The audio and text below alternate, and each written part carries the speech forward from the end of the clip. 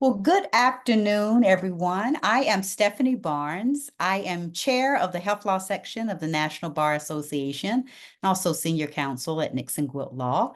And I am so excited to have this opportunity today to focus on safeguarding healthcare, navigating cybersecurity, reproductive privacy, and data access challenges. I will be moderating this session, and I'm so excited to have our very own director of the OCR HHS, and I'll introduce her formally in a moment, but Director Melanie Fontes Rainier. And we are delving into a topic that is so very important to those of us who are in the healthcare space, both when we participate as patients, but also as we are serving those who are in the healthcare industry. And as you may know, the healthcare landscape is evolving at a rapid pace, especially in the wake of technological advancements and shifting legal frameworks. And today, we face unprecedented challenges in safeguarding patient privacy and ensuring that there's a secure access to vital health information. And so today we'll delve into discussions that are focused in three critical areas: cybersecurity and healthcare privacy, reproductive health privacy, and the challenges that are faced in that area, and then the enforcement priorities of the Office for Civil Rights. So we will begin by pressing into the issue of cybersecurity and healthcare and talk about some of the alarming rises in data breaches. We'll examine how the Office for Civil Rights is working to bolster privacy and security measures and ask the very vital question, are voluntary cybersecurity goals sufficient, or is there a need for more stringent measures? Then we'll delve into reproductive health privacy. And of course, the recent legal landscape has posed significant challenges, particularly in wakes of the Dobbs decision. And we'll talk about the OCR's strategy to ensure that patient privacy is protected in those states with restrictive reproductive health laws. And we'll talk through some of the implications of these developments for healthcare providers and patients alike. And then finally, we'll focus on some of the enforcement priorities in relation to access to health information and talking through how the OCR is balancing civil rights enforcement with evolving concerns around patient privacy in our increasingly digital world.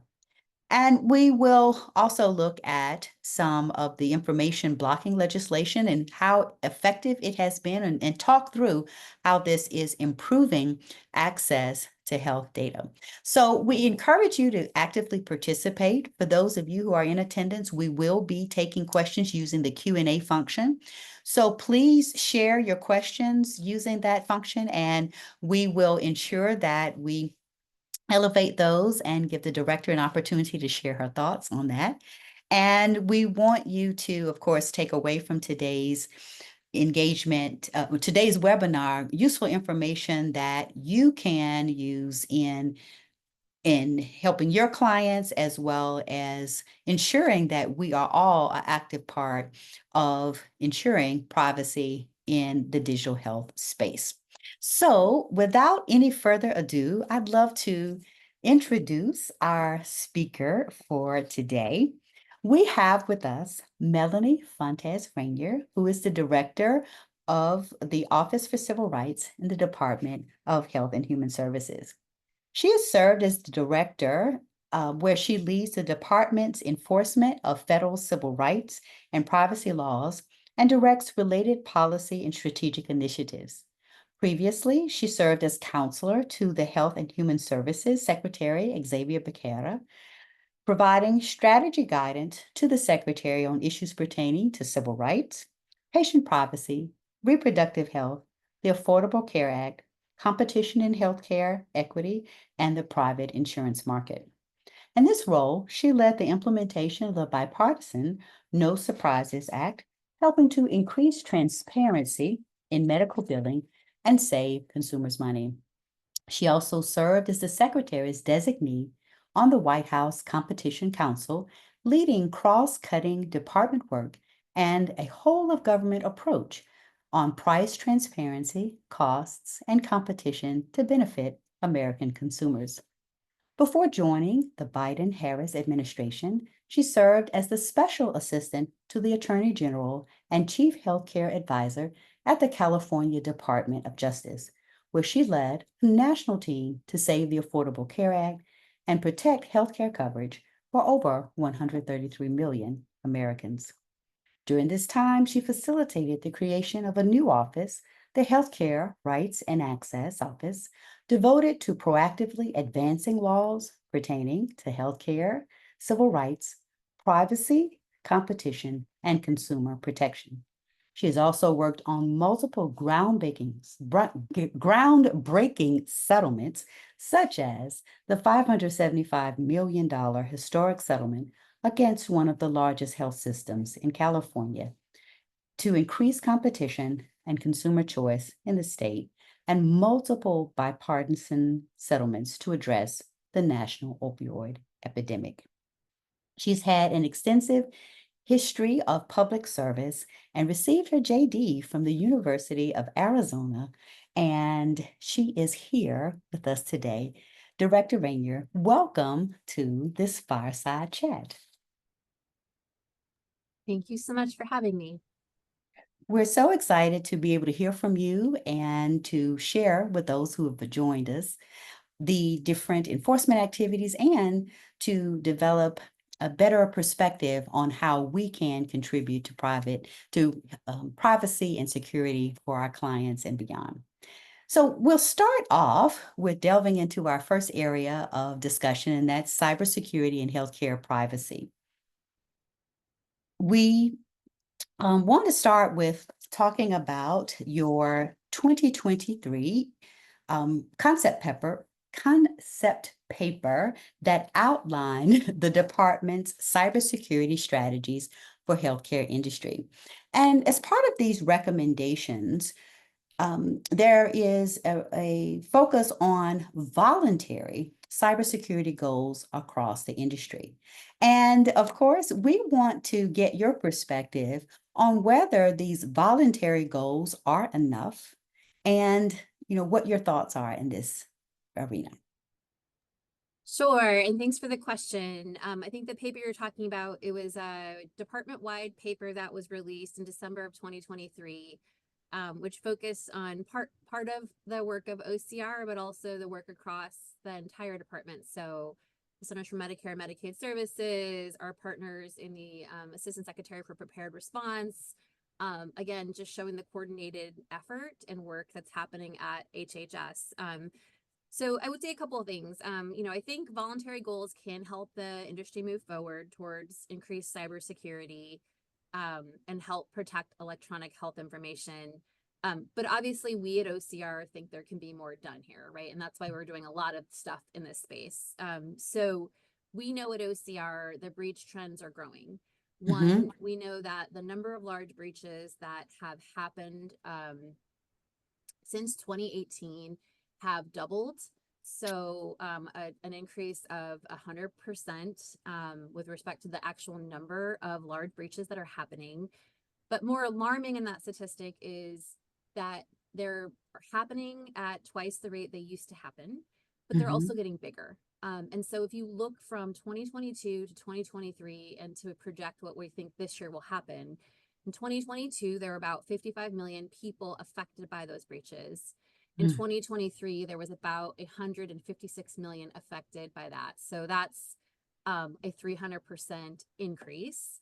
And this year, we expect that number to grow quite substantially, in part because we know we've had this year alone, we had the Change Healthcare breach, which was the largest data breach in healthcare history, in the US government history.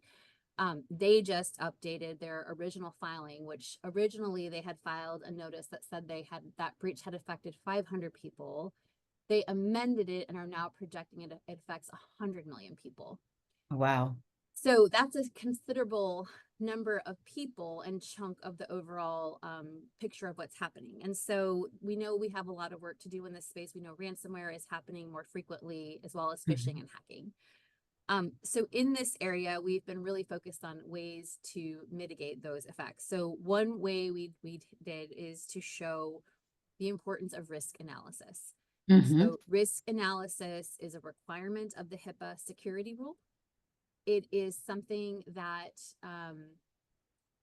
if you look at our enforcement over the last 10 years, nearly every single case, there is a risk analysis component to it because the insurance company or health plan or provider doesn't actually have a risk analysis in place, or they have one and they don't use it.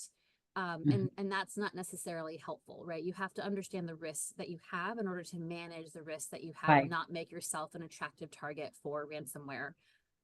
So that is something that we've been really focused on, trying to highlight those cases, trying to find a smattering of those cases across the country to really show the importance of risk analysis. I would say the other part of it that OCR is really driving in this space that will certainly be part of the overall department work is updating the HIPAA security rule. Mm-hmm. So the HIPAA security rule hasn't been updated since 2003.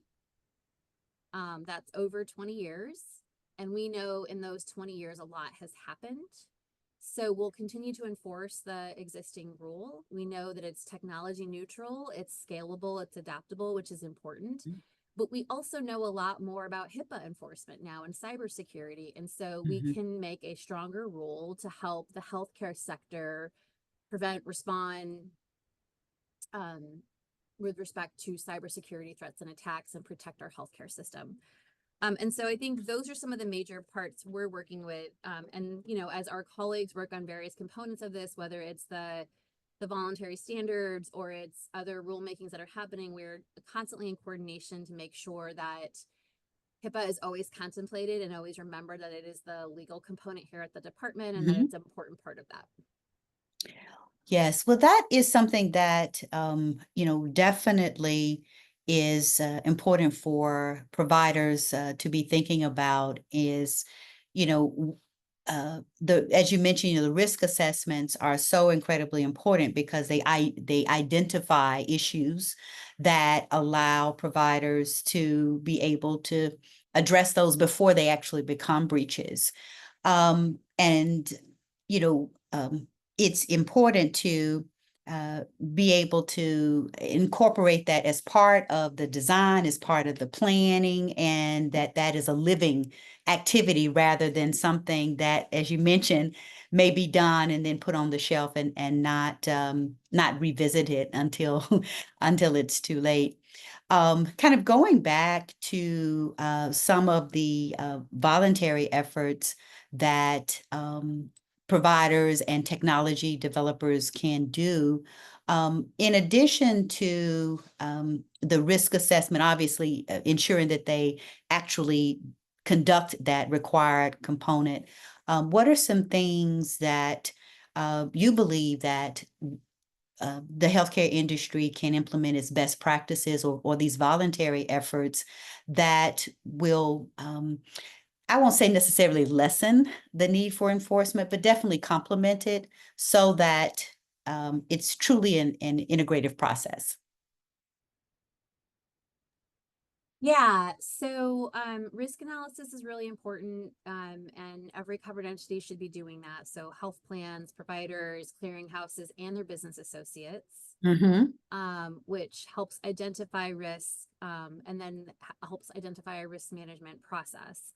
I think it's also really important that we think about these things like who has access to Mm-hmm. our systems, who has access to our clouds with information, who has access to our protected health information and why, and then make sure we're regularly updating that, right? Like, I think we have seen instances where there have been breaches where people had access in the past, should not have had access on a continued basis, and then subjected the organization to a breach. We had a case in New York where Montefiore, which is one of our largest settlements in a while, where there was someone that had a custodian of that data, and then they sold the information to like a ring of fraud.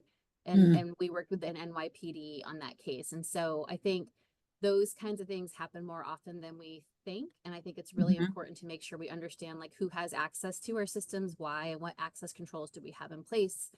I think it's thinking about all of these things on a regular basis. So again, not a one and done, not something you do and you don't think about. It's every time you have an acquisition or a merger or an affiliation, you should be incorporating these HIPAA practices into those new structures that are part of your organization. We tend to see breaches that happen when that happens as well, because it's not considered when those things happen. We're very focused on the legalese or the business components, but we don't think about the compliance components like cybersecurity, which is driven by HIPAA. Right. It's making sure as we think about like emerging technologies like artificial intelligence and predictive analytics, that we think about these same questions in those space. If a system is choosing to use one of these tools or work with a developer to develop these tools specific to the organization, do I have a business associate agreement in place with that developer to make sure that my protected health information is protected if there's a breach or impermissible use and disclosure? Am I thinking about like how long this information, protected health information, is stored? Am I thinking about the protocol for once it's no longer stored? Am I thinking about these various components in context of these new technologies? And it's also making sure that we think about all of these things in tandem with respect to our overall structure. So the trainings that are required, making sure that folks understand the penalties for not following these. I tend to think a lot of organizations do a HIPAA training. I mean, we do this here at the department, right? You get a HIPAA training once a year. You kind of skim through it, and that's that. However, if you are a covered entity, and so you are a provider, most providers, their health plan, a clearinghouse, or their business associate, it's imperative that it's more than that. And I think even thinking through when you have a business associate agreement in place, making sure that your agreement covers these things and that your business associate is also taking good measures, right? We do have cases, right, where the health plan or the provider themselves weren't the entity that had the issue. It's the business associate, right? Which then exposes the system. So all of these things are incredibly important. We've been very focused on this in our work. We work, of course, HIPAA applies small, medium, large, extra large, the double X, and so we try to really come up with a lot of tools and resources to help our small and medium-sized organizations. So things like we do a lot of YouTube videos. We just did for Cybersecurity Awareness Month an updated ransomware video, and we're happy to send around the link. We just did an updated cybersecurity newsletter last week on social engineering and how that leads to phishing. We just updated the security risk analysis video that already went out this month. And then we have just a regular page where we put guidance up on these things. And again, these are not because they're not for like us, they're because they're in response to the trends that we're seeing with the data and the incoming kinds of questions we're getting at talks like these or engagement with stakeholders across the country. So, one of the things, the big takeaways that I have gathered from what you've shared is, it's really important for the healthcare industry, regardless of whether you're a covered entity plan, business associate, or anywhere downstream, that, HIPAA remains front of thought. And it's not just something that you perfunctorily check off, once a year. In terms of training or in terms of awareness, but that this be something that is incorporated into the fabric of the organization so that, like you say, you're not only ensuring that the right people have access, but when they no longer need access, being able to change that or cut that off. And then, the importance of kind of the downstream vendors, if you will, and ensuring that not only is HIPAA front of mind, at the covered entity level and at the business associate level, which is for the most part, I think people do a pretty good job with that and think about that more, but may not think as much about downstream vendors and ensuring that the business associates are ensuring that the people that are supporting them or the businesses that are supporting them, are aware of these issues and are otherwise protected. And I do think it is also very important that, or helpful that you are sharing these resources that smaller entities are able to access where they may not, have a a robust compliance education program, but they're able to access this information nonetheless. So, of course, for our attendees, if you have any questions around cybersecurity, please be sure to put those in the Q&A. We will definitely pepper your questions throughout. And of course, we'll have time at the end. But if you have something that is specific to this area, we would love to hear it. And right on cue, there is a question. And Director Fontes Rangel, if you don't mind, I'll go ahead and ask that question now as it relates to cybersecurity. Is that okay now? Okay. All right. Oh, you're just asking about a recording of the webinar. Yes, we will have the recording and we will make that available. So actually that was for me.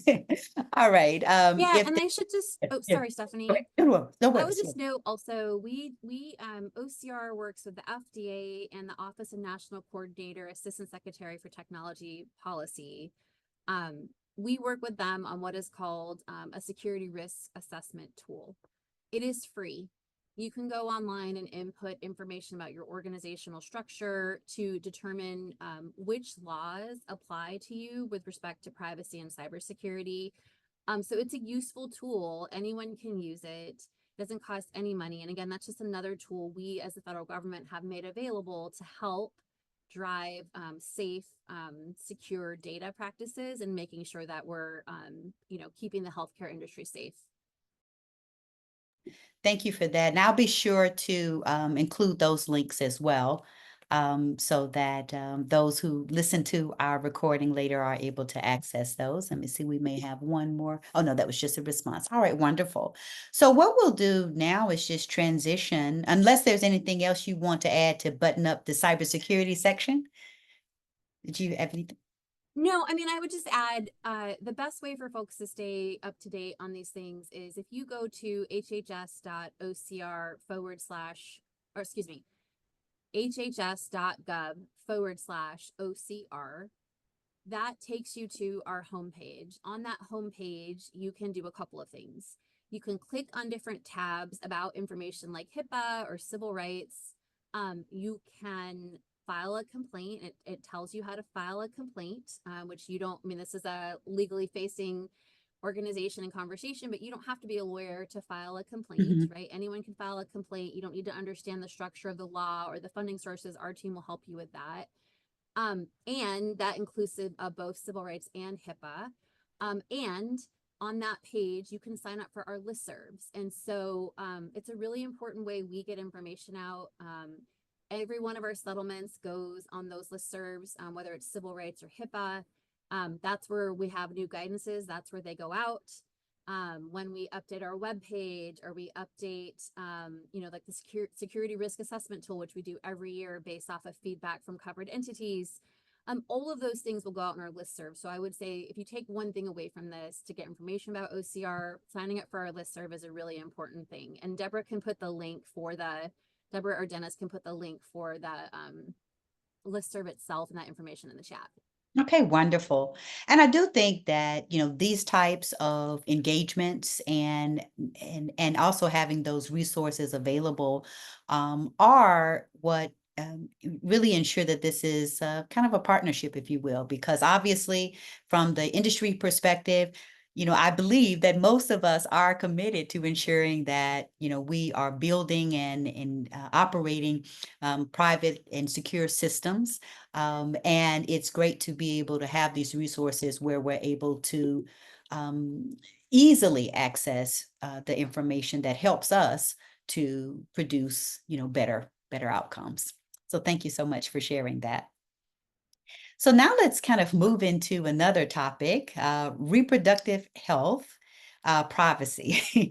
And of course, there have been many challenges, legal challenges to the HIPAA Privacy Rule concerning reproductive health, namely some of the challenges coming out of Texas, especially, now in the post-Dobbs environment. What are some of the things that the Office of Civil Rights is doing to prepare to defend and enforce privacy protections for those individuals who are seeking reproductive care, particularly in those states with restrictive laws? Yeah, so I would say a couple of things on this. So, President Biden has signed 4 executive orders with respect to reproductive health care specific to abortion, and that is unprecedented. I think that both shows you the commitment of the administration to the issue, but also shows you the period of time in which we are in which an entire healthcare is allowed to be made illegal, and it's healthcare that 50% or more of the population may need at some point in their life. And so those are challenging circumstances. And so I would say, you know, when the Dobbs decision overturned Roe v. Wade, our office initially had put out a guidance to try to clarify the existing HIPAA privacy rule. In that, we had received a lot of feedback from providers that they felt like the permissions were not clear, and that more clarity from HHS could be helpful. And so we put out an updated guidance. But after we did that, President Biden signed his second executive order, and that executive order instructed HHS to go around the country and talk to providers and advocates and patients and caregivers about federal laws. And that's inclusive of our civil rights laws, and that's inclusive of our privacy and security laws like HIPAA.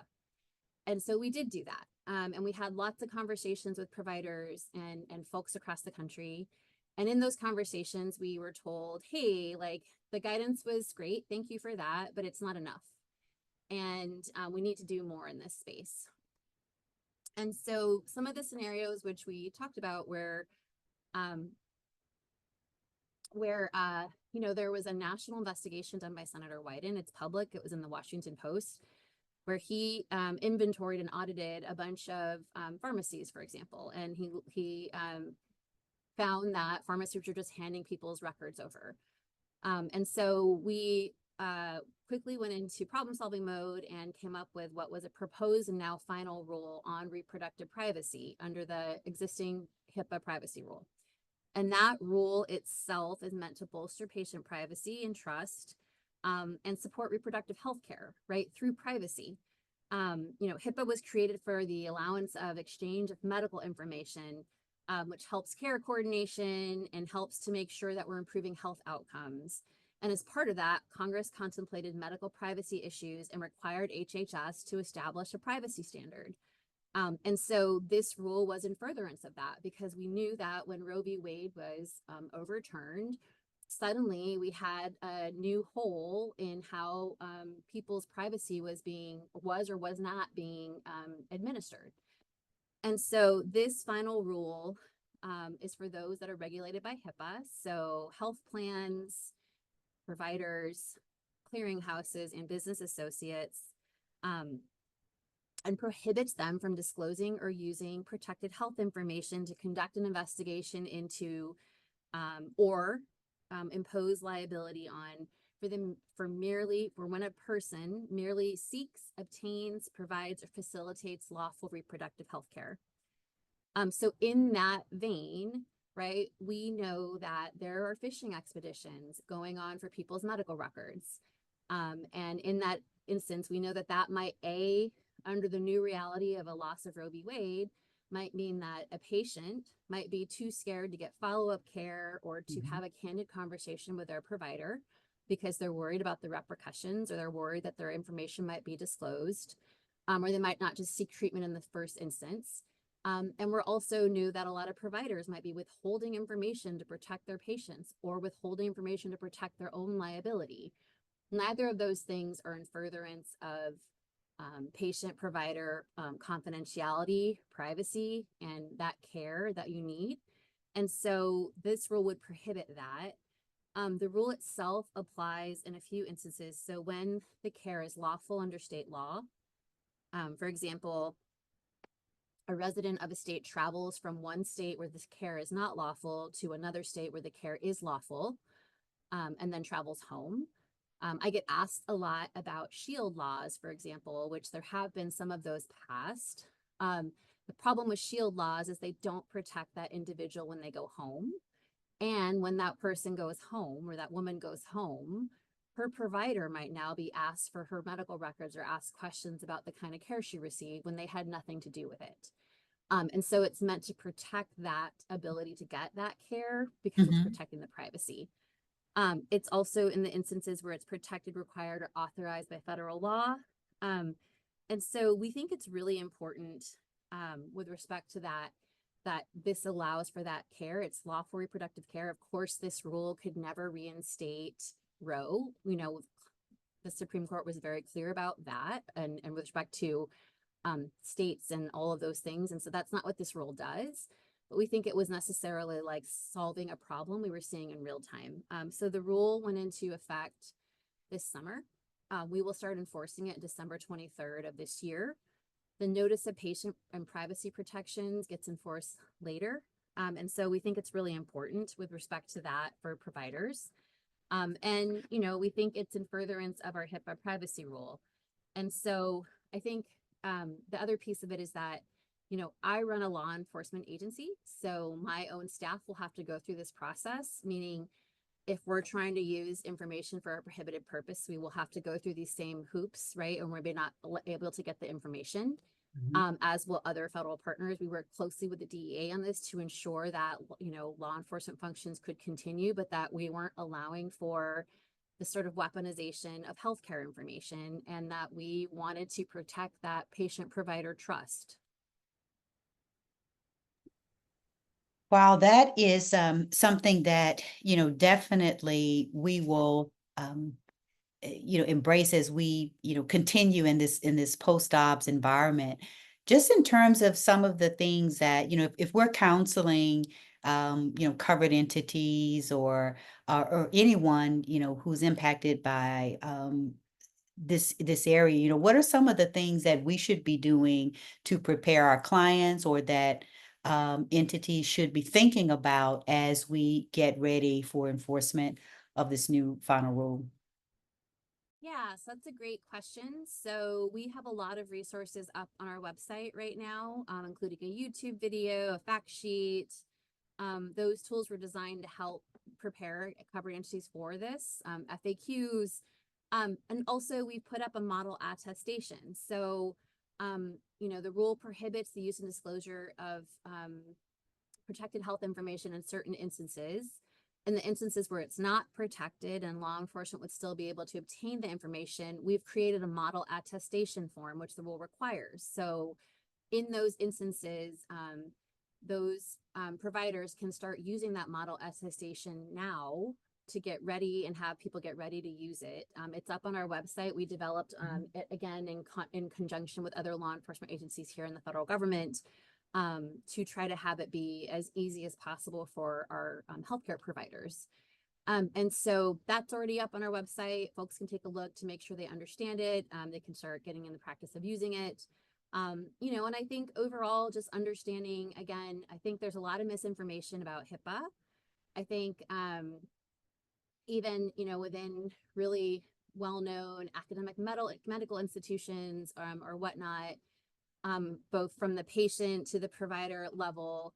I think some folks think like, oh, it's HIPAA protected, so it protects me, not understanding that HIPAA itself is with respect to the covered entity. And so I think, you know, in addition to this rule, just making sure that we're continuing to do training on the HIPAA privacy rule and understanding, I think, is really important. You bring up an important point regarding, perhaps sometimes the misconceptions about who HIPAA protects, or what HIPAA protects and what it doesn't.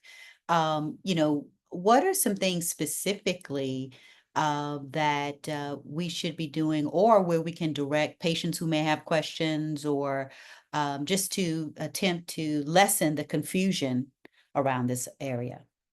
Yeah, so the number one complaint we get at OCR, so we receive thousands of, tens of thousands of complaints every year. About 2/3 of those complaints generally on average are HIPAA related. And the number one HIPAA related complaint we get in those complaint filings is HIPAA right of access. So what does that mean? That means you, as an individual patient, or your caregiver or family member that has your ability to get records for you, seeks medical records, your protected health information. So maybe like an MRI image or your overall health record. And they seek those medical records, and oftentimes healthcare systems, dentists, other providers aren't timely in responding to those requests. So the law requires that those requests be done in a timely manner for a reasonable cost. And so we see those cases all of the time. I think that's one way in which providers and others can be following the law better, is that they have those practices in place, they train staff on it so that people aren't delayed in getting their own medical records. And then I would say, for smaller organizations, maybe not the folks that are the clients at your law firm, but other organizations, they might not have a law firm, right? They might not have a privacy officer. They might not contract out cybersecurity requirements or otherwise.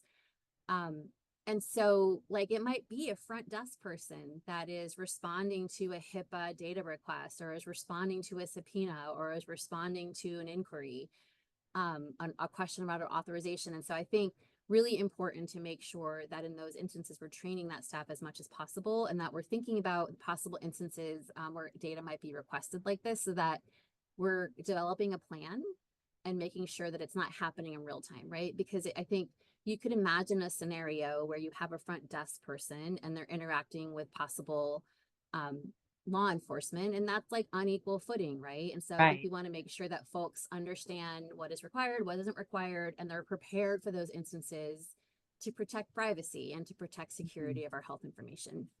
Right.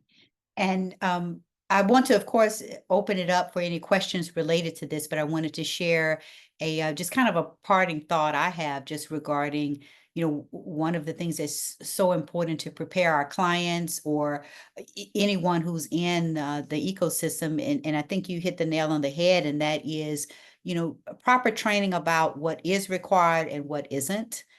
Because when faced with a request from a law enforcement officer, as you've alluded, it's really important to understand, how to properly cooperate, but also to know what is not required, and to have a right support in place for those who may be that first contact, so that they know what to do or know who to escalate it to, so that everything is handled appropriately.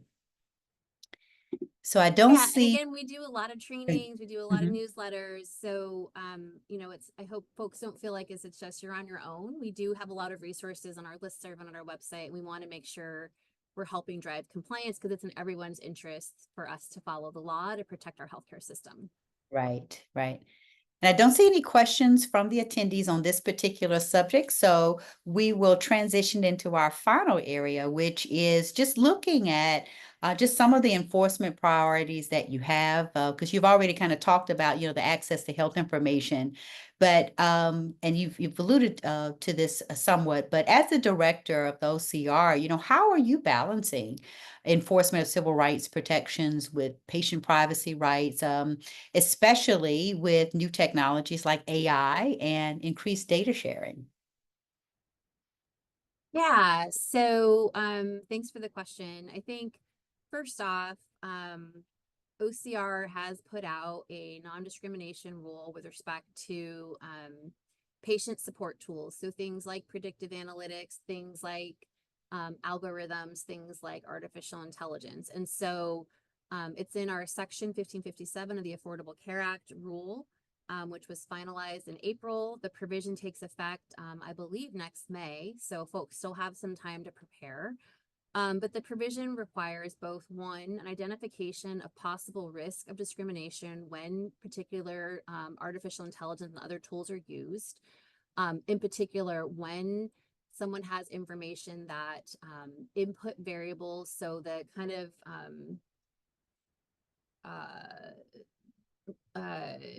information coming in and out of the algorithm might be tied to a protected class. So whether that's race or sex or national origin or color or disability, we want to make sure that in those instances that there is an identification of the use of those input variables, and to a reasonable standard that we're evaluating how they're being used.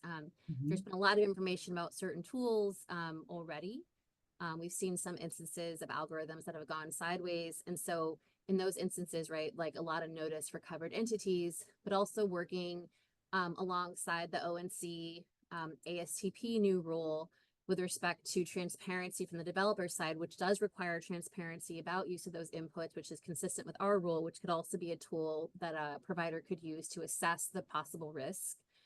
And then mitigation of any possible discrimination. So whether that's pausing use of a tool, stopping use of a tool, monitoring use of a tool, developing a registry so that you know which tools are being used and regularly auditing them, training staff on use of tools, coming up with things like transparency requirements, which our rule doesn't require transparency, but it is evidence of compliance.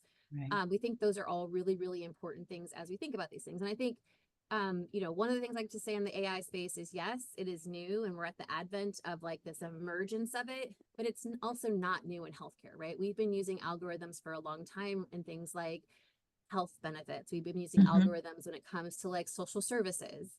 We know that they can be discriminatory. We've seen them be discriminatory. Things like crisis standards of care that were used during COVID, where certain states were using these algorithms and they were determining who got what care and weighing the life of a person with a disability as less than a life of a person without a disability, right? So we have evidence of that and we have a footprint in this space. So that's one area we've been really focused on and trying to do a lot of engagement with our healthcare community to make sure folks are ready for this rule to take effect. It isn't a rule that just says you can't ever use AI. It isn't a rule that says you can't use particular types, though certain types are identified in the preamble as problematic. And everyone, I think most folks know, we handle each case on a case-by-case basis, fact-by-fact inquiry. And so, no two cases will ever, or uses will ever be the same. And so I think as we do more enforcement in this space, we'll get to see more how this sort of unfolds with respect to the law. But we're really proud of the rule. We're one of the first agencies to have it. And we try to write it in a way, right? We know AI can be really helpful for the healthcare space. We have issues where we have, provider burnout. We have providers, workforce issues. We have an aging population that's heading into Medicare, but we don't have enough providers to serve it. And these are kinds of tools like, simple as recording a conversation so that notes can be taken that we know can be significant to provider retention. And so we want to enable their use, but we also want to make sure that they're not just blindly used. And we want to make sure we're thinking about all the components so that we're not furthering disparities. I even think, using pilots of some of these technologies could be really life-changing for certain, equity aspects like language access. It's the technology is not there now. It's bad, but I think it could get a lot better and be really powerful. And then, we're thinking about privacy and cybersecurity, right? And again, the law hasn't changed in these spaces. The same questions you're asking yourselves, not using AI, you should be asking them when you're using AI, making sure you're doing all the things like a risk assessment, thinking about the cloud and how long data is stored there, thinking about who has access controls, systems, making sure you have a business associate agreement in place if you're working with a developer, things like that. And then last, I would say we have one other new rule. So we did just recently update we've been busy. We updated our disability rule. So under Section 504 of the Rehabilitation Act of 1973, a rule that hasn't been updated in over 50 years, prohibits discrimination on the basis of disability. This rule is applicable across HHS, so not just to healthcare, but every single HHS-funded activity. And this rule prohibits the use of value assessment tools in a discriminatory manner. Again, so valuing the life of a person with disability as less than or unequal to the life of a person without a disability when thinking about things like cost containment or other tools we see value assessment tools used for.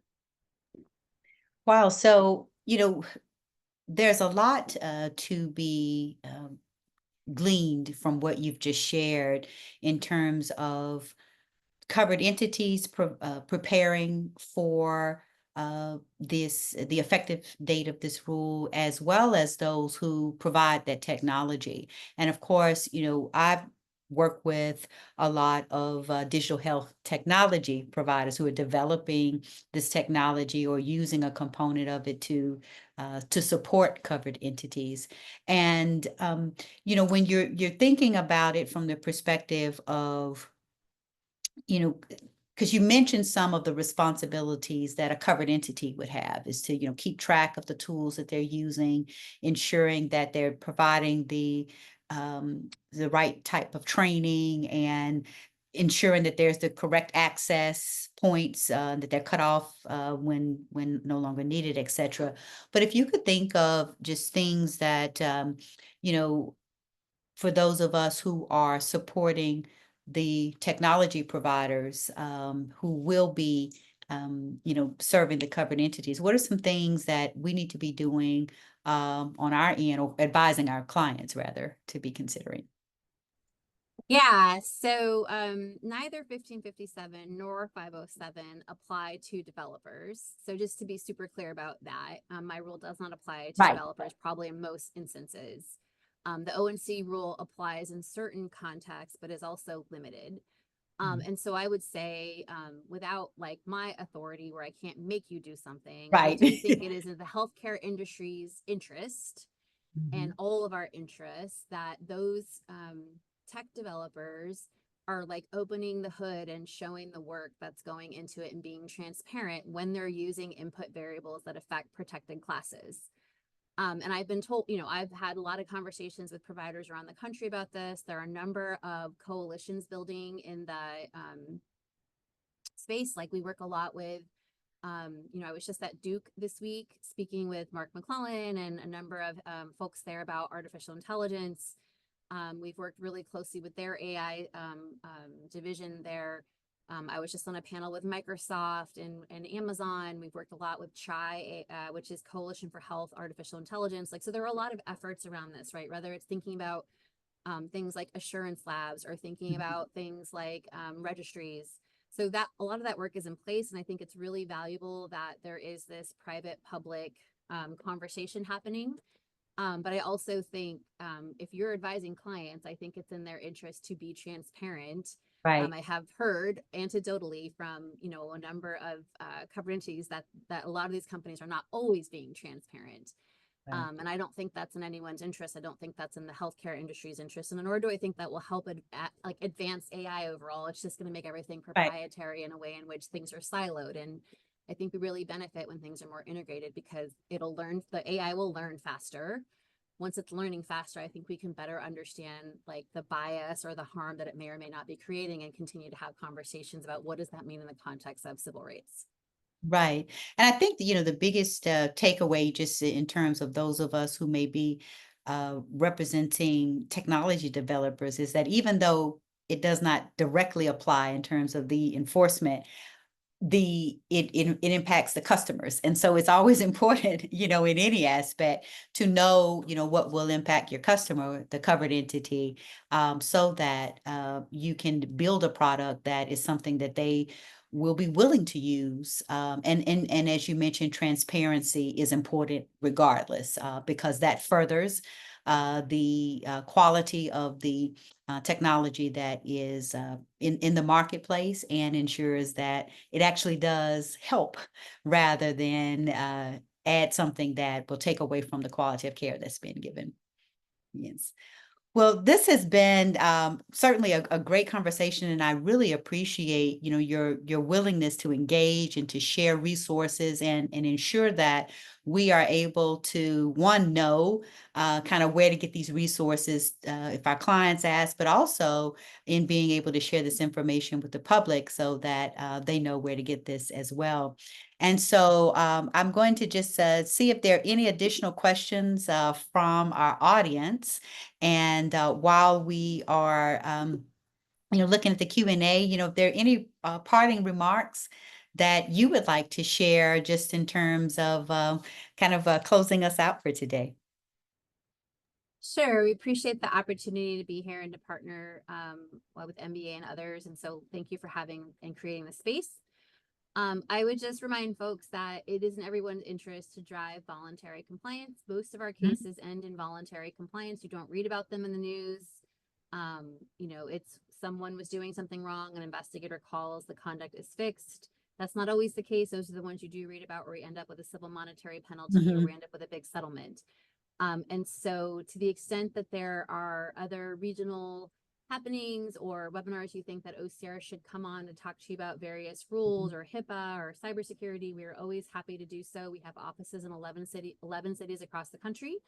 And we're always happy to make ourselves available because, again, it's in everyone's interests, patient, provider, consumer, plans, et cetera, government, to drive compliance in this space, because that ensures people are getting the benefits that they're entitled to and that they're not facing it with discrimination or having their privacy or security threatened.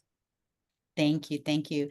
And if I could just share kind of just 3 takeaways that I hope that my peers and, anyone listening was able to capture is, like you say, the importance of voluntary compliance. It is our responsibility and in our best interest to not need enforcement and not need to have enforcement activities against us, to have that continuous training and education rather than kind of looking at this as something that's done annually, having an efficient way of ensuring that this awareness remains at the top of mind for anyone who's on the front line or will be impacted or could potentially impact privacy and security, to have this something that's visited regularly. And then finally, just transparency.